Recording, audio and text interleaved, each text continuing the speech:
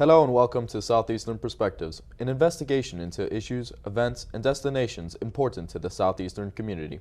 I'm Stephen Dotolo. And I'm Embry Perry. On this, our inaugural episode, learn about the Louisiana Department of Children and Family Services and the role they play in adoption and foster services throughout our state. We talk with Southeastern ichthyologist Kyle Pillar about his department's new initiative aimed at keeping an eye on the environmental health of Lake Maurepas. We also venture into the depths of Tick Falls' Rise Haunted House, recognized as one of America's scariest destinations. Those stories, plus much more, coming up on Southeastern Perspectives.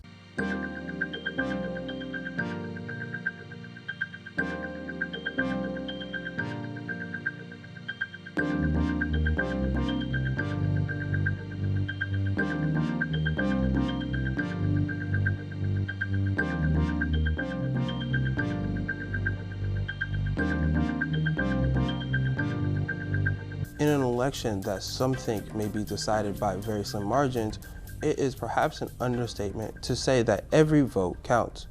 One group whose vote is actively sought by both major parties is college students. I recently took the time to find out a little more about how important this election is to students at Southeastern and what the university is doing to encourage students' participation in the democratic process.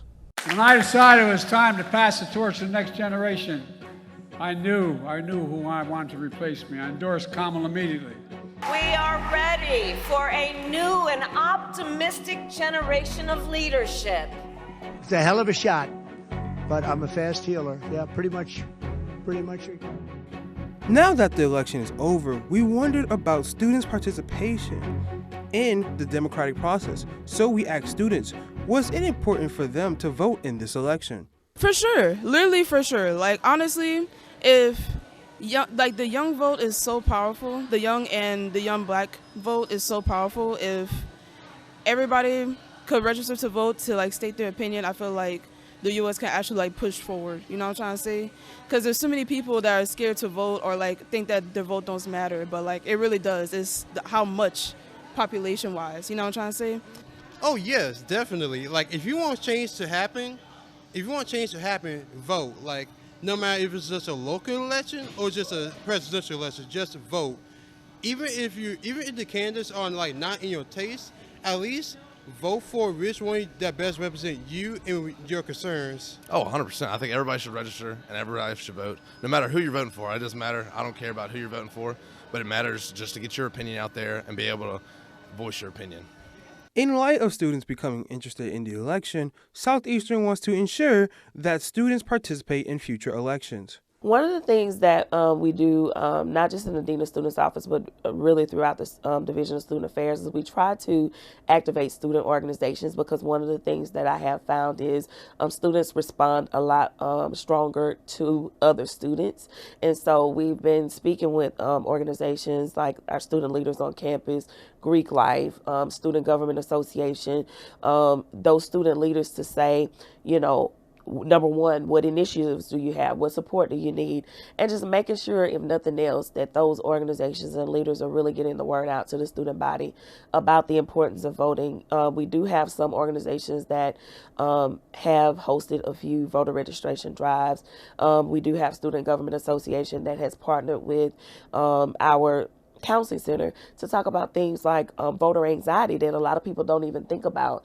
Election season does kind of create a very anxious environment for many people because there are differences of opinion and those types of things. And so walking students through that, making sure they know that they have support to kind of navigate the voting process. So those are some of the things that we've done. And the student voter turnout has been rising each presidential election. According to the U.S. Census Bureau, between the 2016 election and the 2020 election, there was a 7-point increase from 59% to 66%, with this trend of more 18 to 24-year-olds going to the polls.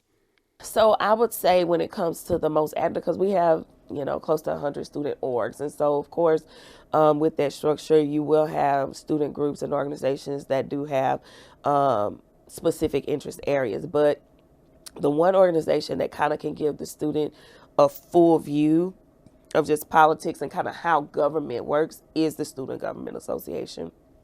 The way that they are set up with the Senate, the legislative branches, the executive branch, judicial, all of those different things that they have mimic actual government. And so students who are involved in student government actually kind of get to see when they're sitting in a Senate meeting, when they're serving on executive board, when they're working as a on the judicial branch, then they're really getting that experience of how it truly works, because they do have to follow the same order and regulations of protocol that our state and national legislators have to follow to get things approved, to get bills passed, to do capital outlay projects and all of those things.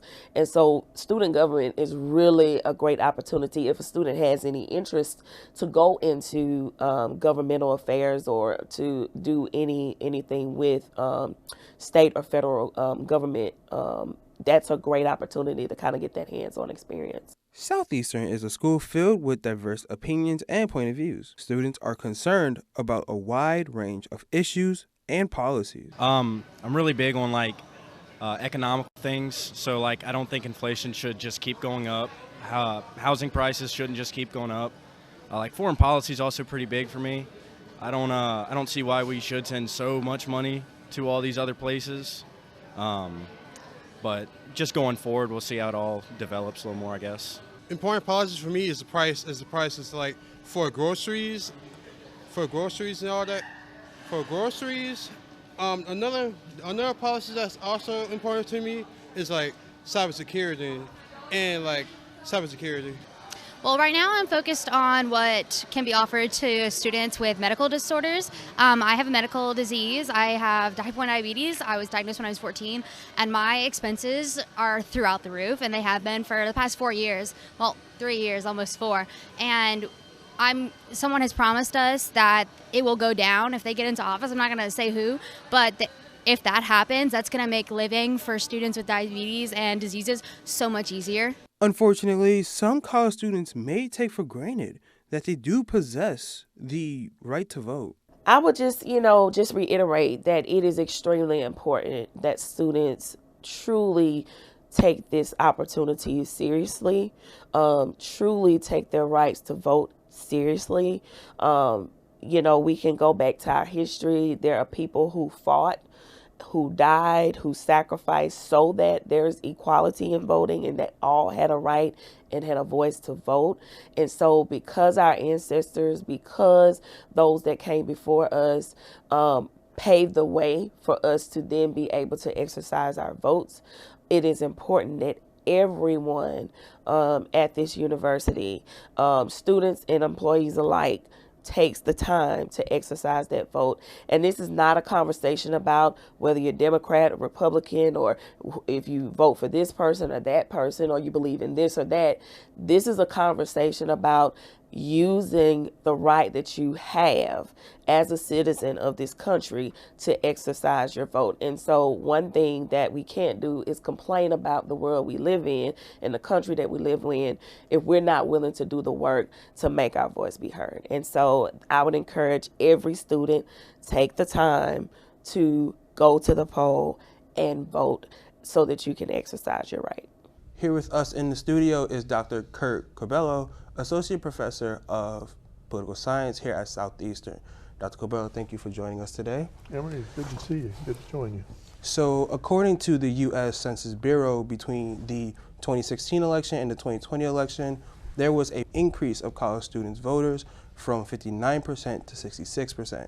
With your expertise, do you think that this trend will continue in the upcoming election? I think the controversial nature of this election is probably going to draw a lot of voters, including young voters.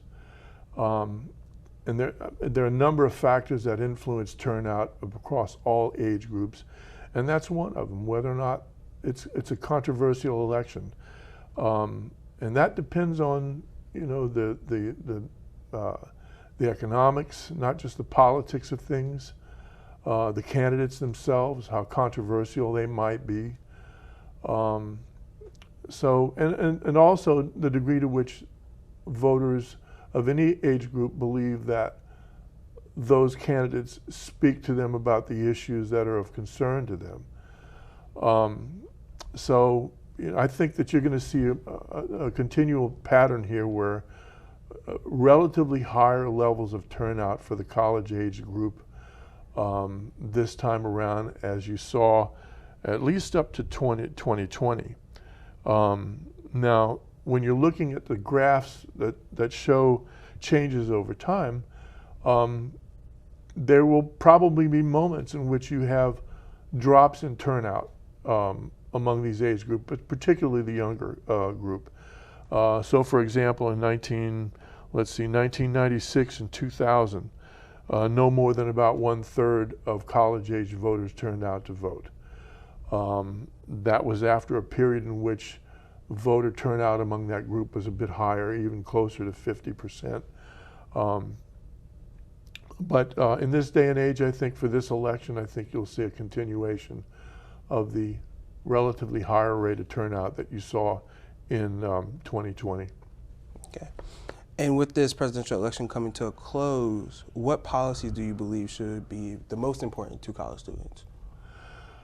I would not desire to speak for college students, so I'm only speaking for myself. That all of the issues that are relevant to even older cohorts of voters should be relevant to the younger age group. Because after all, you're trying to, once you get out of college, and some of these voting age voters are in their 30s, if you're looking at that group from 18 to 34, they want to be able to pursue their dreams. Mm-hmm. In many cases, it might be to develop a family, get married, have kids, and buy a home, and that requires being able to afford it. So all of the economic issues that are of concern for older voters in those different cohorts are also really important to younger voters, even the ones 18 to 20. When you look down the road, since I'm approaching retirement at some point, haven't set a date, but I'm approaching that point, I'm looking at the issue of retirement a lot differently than I did when I was perhaps your age. I wasn't thinking about it. I think that younger voters have to be sophisticated about that now, and to be paying attention to things like Social Security, Medicare, health care coverage at any stage of life, of course, is important. These are things that you have to begin thinking about now, because if you increase voter registration and turnout among the younger group, you have a greater impact on those issues. Just the idea of the entire wage gap, the minimum wage, for example, of $7.25 or something like that. Nobody can live on that, and the salaries that you get at a young age, you want there to be policies and resources that allow you the ability to pursue your dreams of a family early on. So I think that the whole smorgasbord of policies that are important to everybody should be of concern. The thing that really is significant for me is that I want younger voters to be more sophisticated than I was when I was a younger voter. My age, when I was your age, we thought we knew it all. We didn't know it all. And particularly now, it's really much more important that you all be sophisticated about coverage of issues and things of that sort, because of the proliferation of social media outlets that don't always uphold proper reporting standards. And some political figures have pose the idea of actually raising the voting age. Is this something that will likely happen in the near future? No. I don't see anybody in Louisiana doing anything like that. I mean, the minimum age, 18, I mean, that's not going to change. I would be concerned about the motivations of people who want to do such a thing.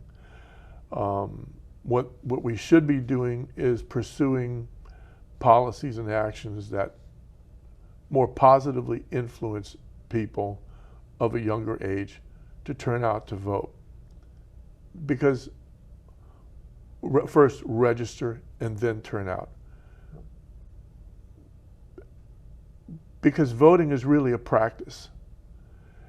And the earlier you begin doing that, engaging in that practice, the data indicates the more likely you are to be a participating voter over the course of your lifetime. You start early, you participate, you vote, you're more likely to continue to do that. If you don't engage in the practice, you're probably not going to be turning out to vote when you're 50. And last question, as a political science professor, how important is it for college students specifically to vote in any election? Well, for all the reasons I've kind of stated earlier, we're talking about issues and things of that sort. If you don't turn out to vote, you're not heard. If you want people to pay attention, any block of voters, no matter what the characteristic is, if you want people to pay attention to you, you have to be registered to vote, and you have to show them that you are willing to put that into practice. That you're not just going to be a name on a ledger, but you're going to be a force to be reckoned with when the time comes, and that they need to pay attention to you. So I think it's very important that I think we should have automatic registration, but I think we should also do things that entice people. We can't be like some countries that require that you vote and penalize you if you don't. Mm-hmm. Your traffic fines may be a little bit higher if you don't vote. We can't do something like that. But there are enticements culturally that we can engage in to get people who are registered to vote, get them to register, and also get them to vote. And that's when people will start listening to you. But there are also other methods of political action that you can take. It's political behavior. It covers a wide swath of things that we can do, including engaging in, participating in groups that are pushing policy initiatives and things of that sort. Go to the state legislature. Go to your council meeting, your parish council meetings. When an issue comes up, sit in and watch those and see what happens. It's an amazing thing when you just go there and watch what is going on and listen to people speak. And you will see people who are not politicians, especially in the legislature, going into committee meetings and pushing for things that they want to see happen. And it's amazing when you see that happening. And I think, that's something that college-age students can do just as well as anybody else can. Thank you, Dr. Corbella. You're welcome. See you. Good to do this. And we'll be right back.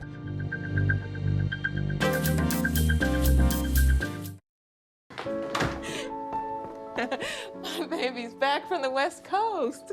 Here are those pictures that you asked for your school project? First day of school, cute as a button. So long ago. Oh, here's Grandma Florence after that flood wiped out the whole neighborhood. Sometimes I just cannot believe all the storms we've gone through here. I can only hope that we'll be able to leave this house to you one day, baby. You're our legacy.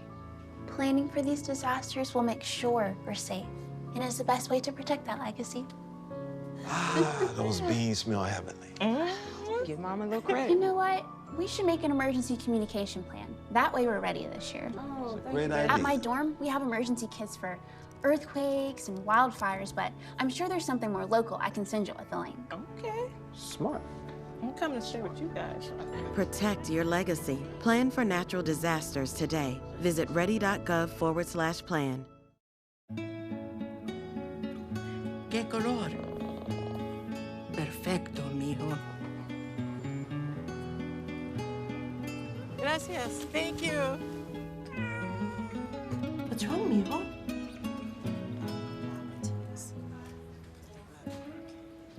Donating to a pet's medical care is one of the many ways you can help families in your community.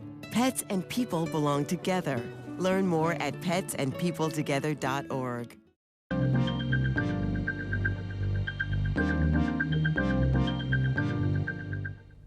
Welcome back to Southeastern Perspectives.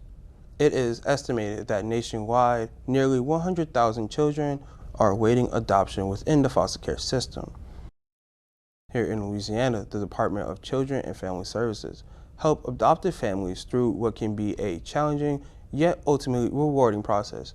We found out more. For some people, there's a stigma against foster care. But in this house, all you'll find is true love and care. All right, one more.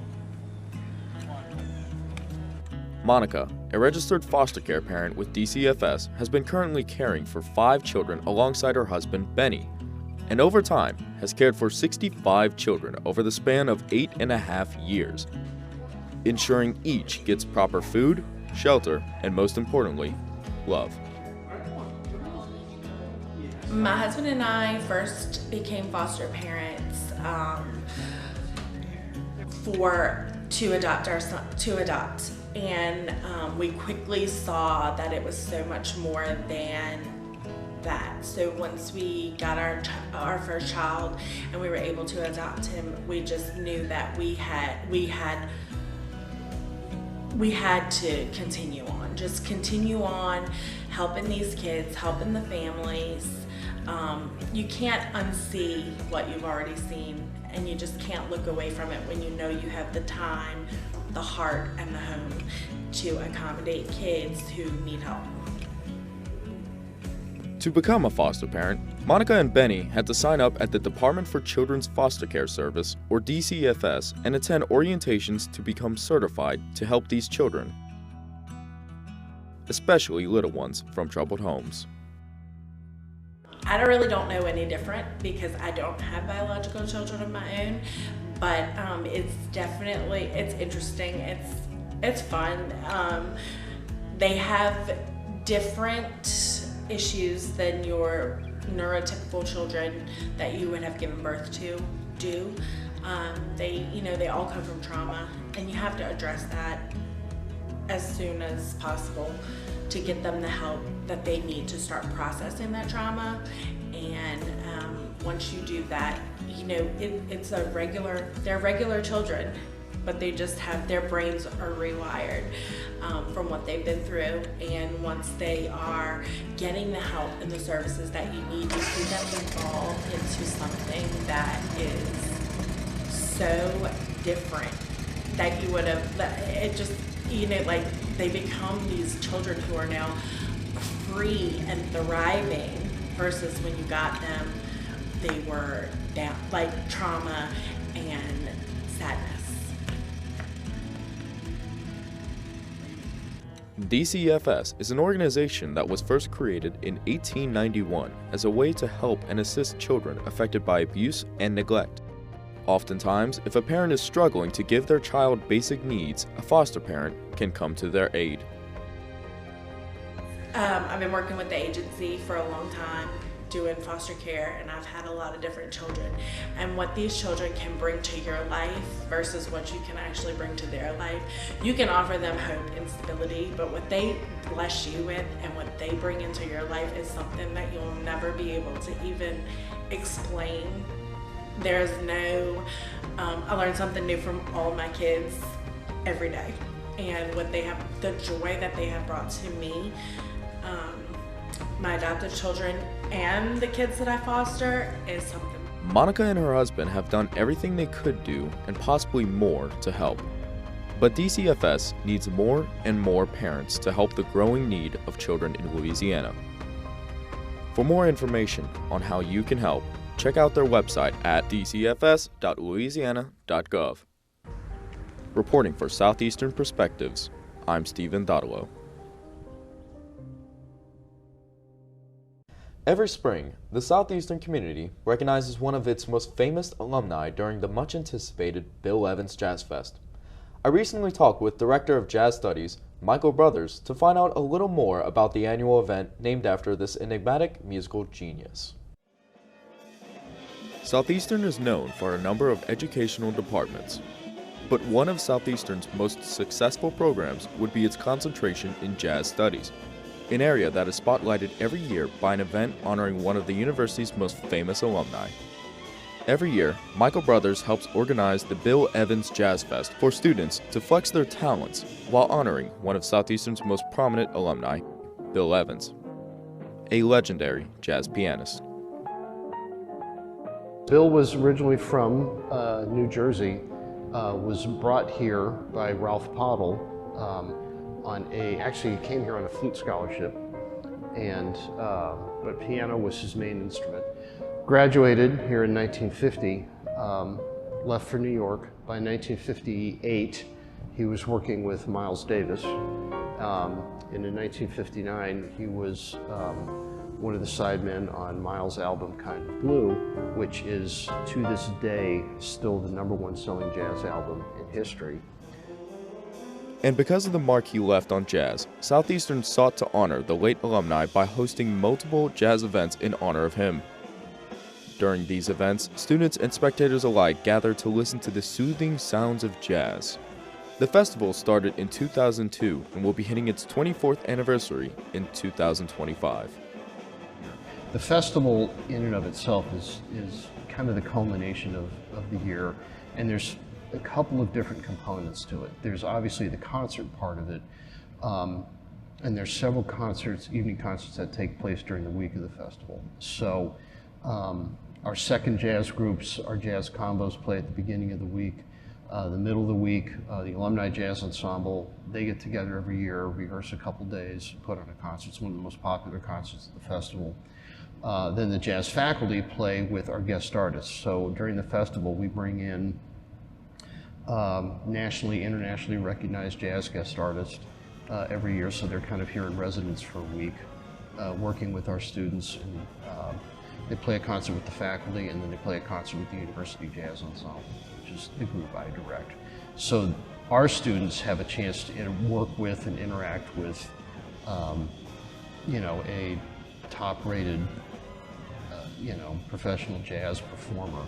You know, so they get, you know, not only performing their music or music that we've kind of selected jointly to work with them on, but a lot of them get insight, you know, to their career.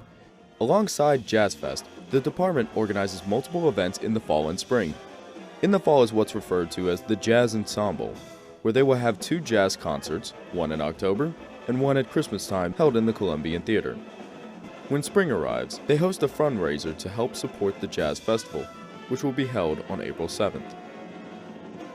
Obviously, we want them to come to all the concerts, but the you know, Bill Evans Jazz Festival Week is, you know, we've worked really hard to turn that into not only a big event for the university from an educational standpoint, you know, for our students, for jazz students across the state and region to come and participate, but also for the community. You know, there's been a lot of community support for the festival and making the transition to bringing the whole thing to the Columbia Theater, so it's, you know, which is part of the university.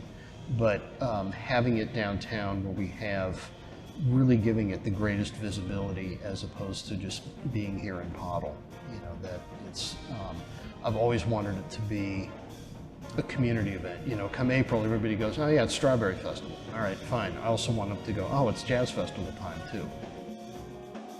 Unlike other student musical organizations, everything is open to aspiring students to become involved with jazz. To join the best of the best at Jazz Fest, however, students have to pass auditions every fall to perform with Southeastern's elite.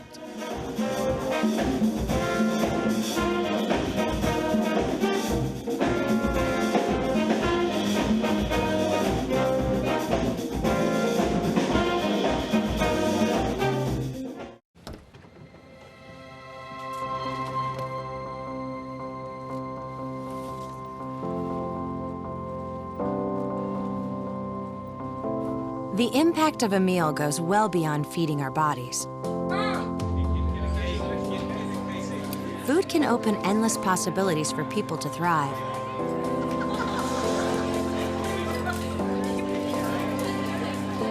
Because when people are fed, futures are nourished.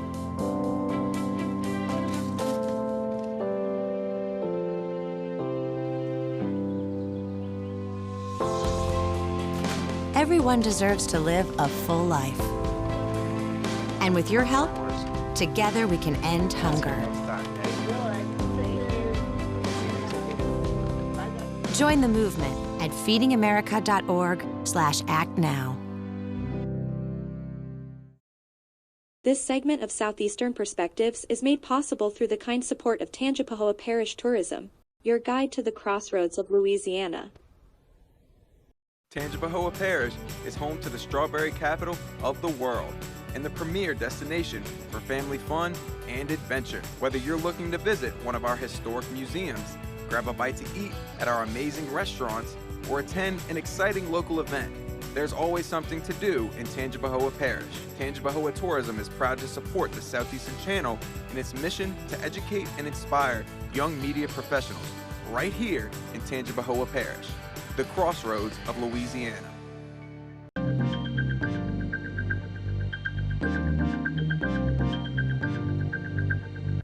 Even with its abundance of haunted mansions and voodoo tours, New Orleans isn't the only destination in South Louisiana for those seeking simulated supernatural shenanigans.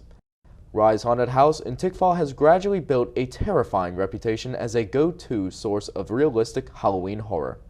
Reporter Alexis Schubert recently visited this nationally recognized scare factory and survived long enough to file this story. Have you ever wondered what it's like to work at one of Louisiana's most popular haunted houses? Rise Haunted House is located in Tickfall, Louisiana, and has been scaring people in Louisiana for 14 years. Come with me as we get a behind-the-scenes look at Rise Haunted House and what it's like to work there. The auditioning process at Rise Haunted House is pretty much where, you can either come up with a monologue if you want speaking lines. Sometimes you might get lucky and still get speaking lines even without a monologue, but most of the time it's good to prepare one so the team can see how you act. So when you prepare a monologue, you go in and you perform in front of 3 of the attraction managers here, and then once they see what you can do, then they come together and figure out, okay, let's see, what kind of callbacks can we do for this person. So it can be nerve-wracking, but it's very, very fun, and they make it here at Rise. They make it very comfortable for you. That way, whenever you are nervous, you'll be comfortable. Trust me, there. The actors go through extensive training where they learn different techniques to ensure that they can bring their act to life and give the audience a proper scare. Okay, so as far as being a scare actor trainer, it can be kind of physically intensive. We wear wrist guards, we wear knee pads, but we start out the day with a bunch of different types of sounds. So we do a growl, which is a yeah, or we do an inhale, which is yeah. So those are the 2 sounds that we ask them to try. And then we will ask you to do some sort of movements, whether it's like a twitch, or if they are physically capable, we'll ask them to get on their hands and knees and get really weird with us and crawl with us. But then we will take them to a couple of different spots to try out, because there are some spots that are a little bit less intense, and there are some spots that are like balls to the wall, throwing their bodies on the tables, crawling around, sliding in knee pads. It really just depends on the actor, but we really try to cater to the individual. So we can really make any room work for any style of actor. Rise has 3 attractions, a little bit of something for everyone. The attractions are the haunted house, the asylum, and the hayride. The actors work with the trainers in their designated spots at the attractions. Once the trainer believes that the actor is ready, the trainer calls for the manager of that attraction to sign off on the actor. The actor will then perform for the manager. Once signed off by the manager, the actor is ready for the show. I think as an actor, the most rewarding experience has been just the audience receiving, the scene and being really into it and wanting to be part of the scene too, because it is interactive. And then I would say for management, I would say the most rewarding thing is once we get to the final stages of rehearsal, you kind of see that growth that the actor went through from stage one of rehearsals all the way to the end. So in the beginning when they're figuring out their character and we're building with them and giving them direction, and you can kind of see when things are clicking and when they're not, and then finally towards the end of rehearsals, it's they're more confident, that character's really come through. So I think for me it's just seeing that journey I think that the actors take. Yeah. Watching the actors' faces light up the first time they get a scare, or watching their faces light up the first time that they get to, it's like a spark that happens in their eye. So whenever they hit that first, watching their eyes light up oh my God, I just did that. That is the most rewarding thing, is just watching them come out of their shell and do something that they've never done before and never thought that they could do. It was a scary good time getting to learn more about working in a haunted house. The staff work extremely hard to bring the terror to life for the audience. It is no doubt why Rise Haunted House in Tangipahoa is one of the most popular haunted houses in Louisiana. I cannot wait to see what frights they bring next season. If you are looking for a spooky fun time, then definitely check out Rise Haunted House. If you're interested in joining the Horde, as they call it, you can visit risehauntedhouse.com/join the Horde. For Southeastern Perspectives, I'm Alexis Schubert.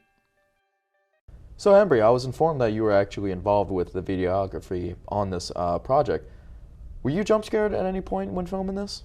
There was this cave system that we walked through where there was this goblin and there was a lot of screeching happening. And there was this guy that was in a mask and kind of body armor. And as we was walking through, I thought that was the end of the tunnel, and he got one final jump scare in that shook me to my core. But I was kind of happy that I did get a scare from it. I don't think you'll ever catch me at a haunted house, ever. I'm just way too scared of haunted houses. You wouldn't catch me alone, I can tell you that much. Oh no. Many scientists and government officials agree that something needs to be done about climate change. Locally, that something may involve Lake Maurepas. In this report, Southeastern Professor Kyle Pillar discusses what's going on in and around the lake and how Southeastern researchers are helping make sure that the lake's ecosystem remain healthy and sustainable. With global warming a growing concern, there is a consensus to reach zero greenhouse gas emission by 2050. One method that could achieve this goal is called carbon sequestration. Air Products, a global company specializing in this process, has initiated a large carbon sequestration project within the waters of Lake Maurepas. So Lake Maurepas is a proposed carbon sequestration site. There's a company known as Air Products, which has filed permits to be able to inject carbon from their blue hydrogen facility, which is going to be under construction in Ascension Parish. And so the idea with blue hydrogen is they make hydrogen, they collect their waste carbon dioxide, and they pump it 34 miles to Lake Maurepas. And the idea is to sequester it 2 miles or more below the surface of Lake Maurepas. This technology is not new to the United States, but it's new to Louisiana, and it's never been done below a body of water. So they have contracted us, Southeastern Louisiana University, to be the independent monitoring entity to assess the biological and abiotic components of Lake Maurepas prior to any carbon sequestration that may occur. As I mentioned, they're in the process of applying for permits, so right now we're in the baseline data collection phase. Southeastern is being paid to monitor all facets of this project involving the lake to ensure up-to-date data and information are available to the public. There are about 10 graduate students working on the project right now. The majority of them are in biology, the remainder are in Department of Chemistry and Physics.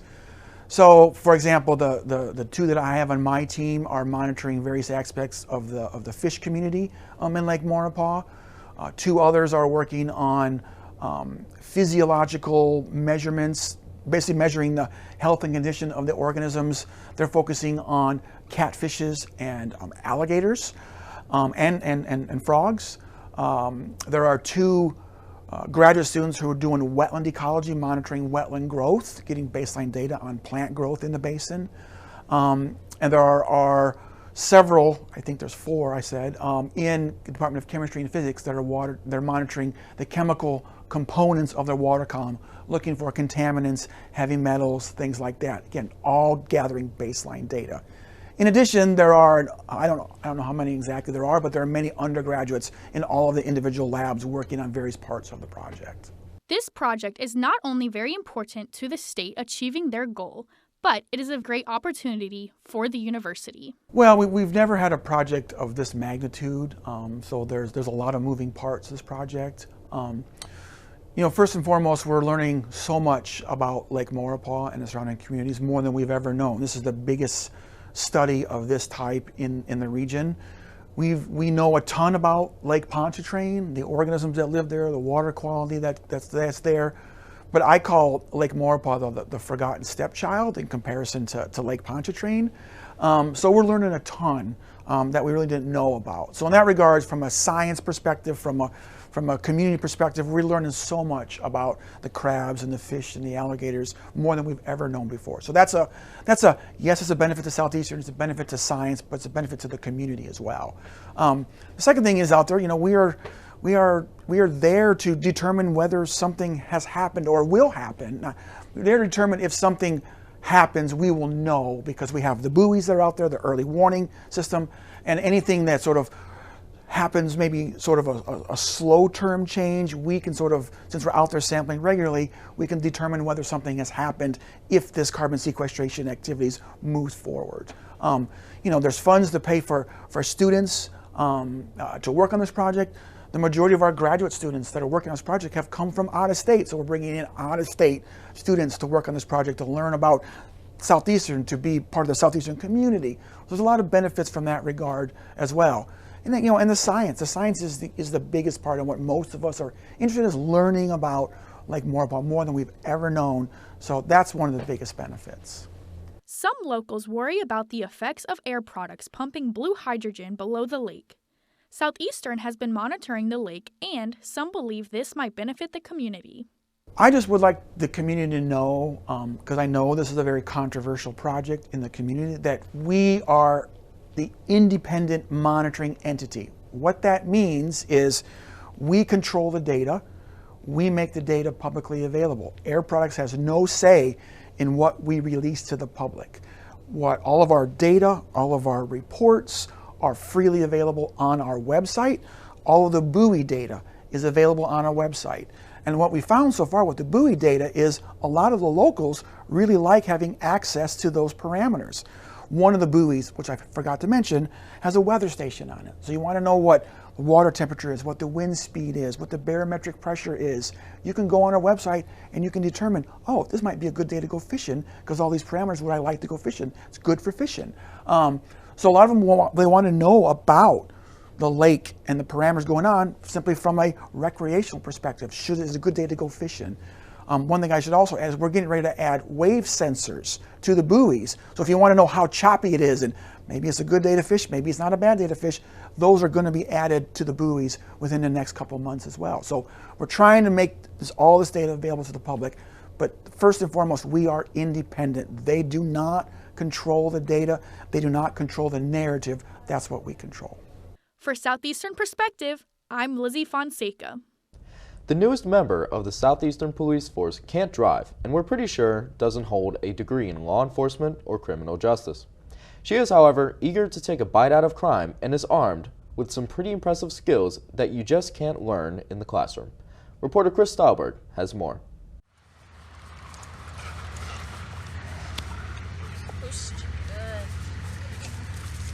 Scoot over, Rumi, because Southeastern has a new furry friend on campus.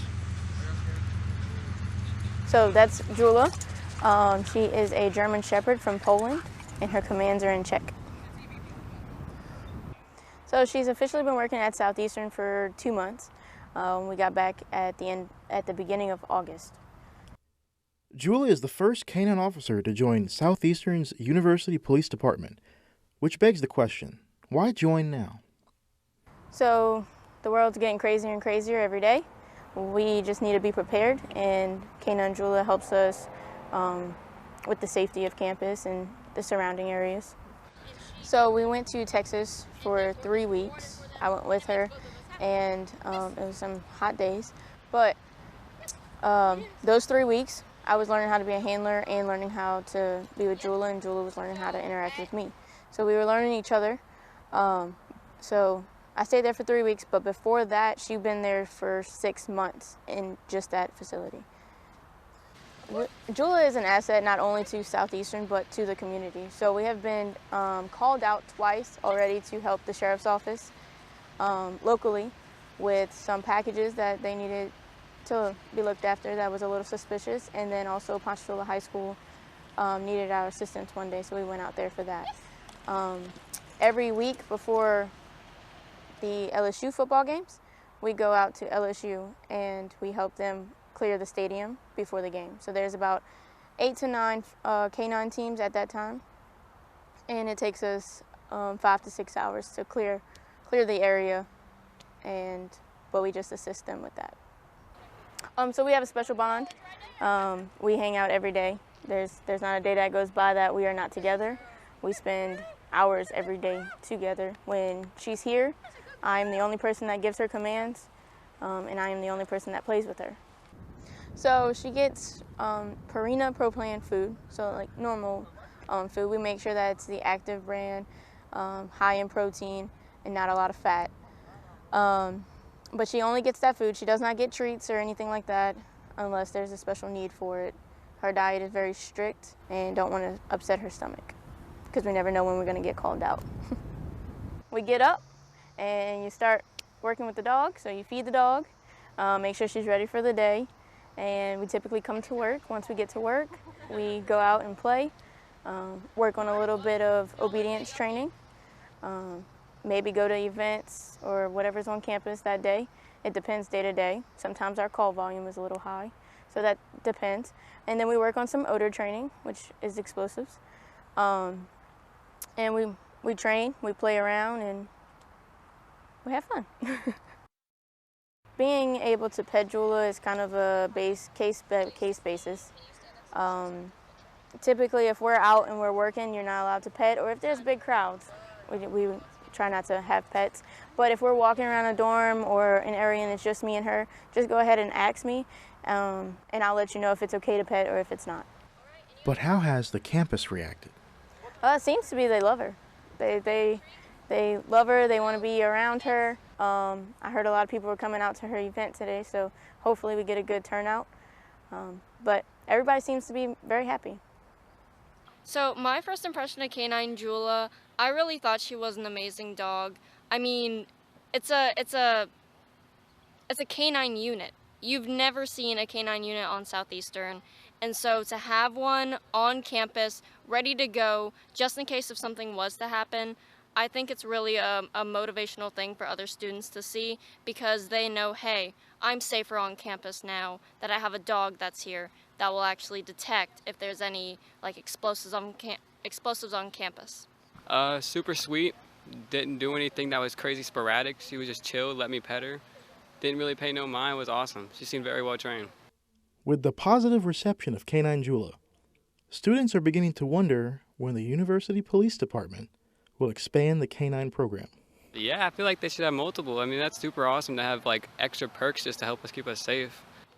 I think there should be an expansion in the canine department.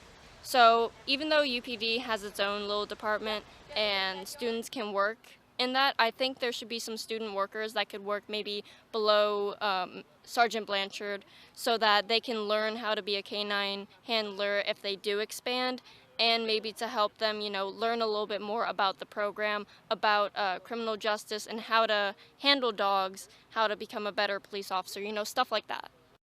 With those reactions, there's only one more question. Can we get another one? Another canine? Eventually. All right. If you would like to see more of K-9 Unit Jula, Sergeant Blanchard has more information for you. So Jula has a TikTok page. If you follow Southeastern UPD, you can see all about Jula. So posts go on there regularly. They kind of tell you about what she's been up to, or if she has any events coming up.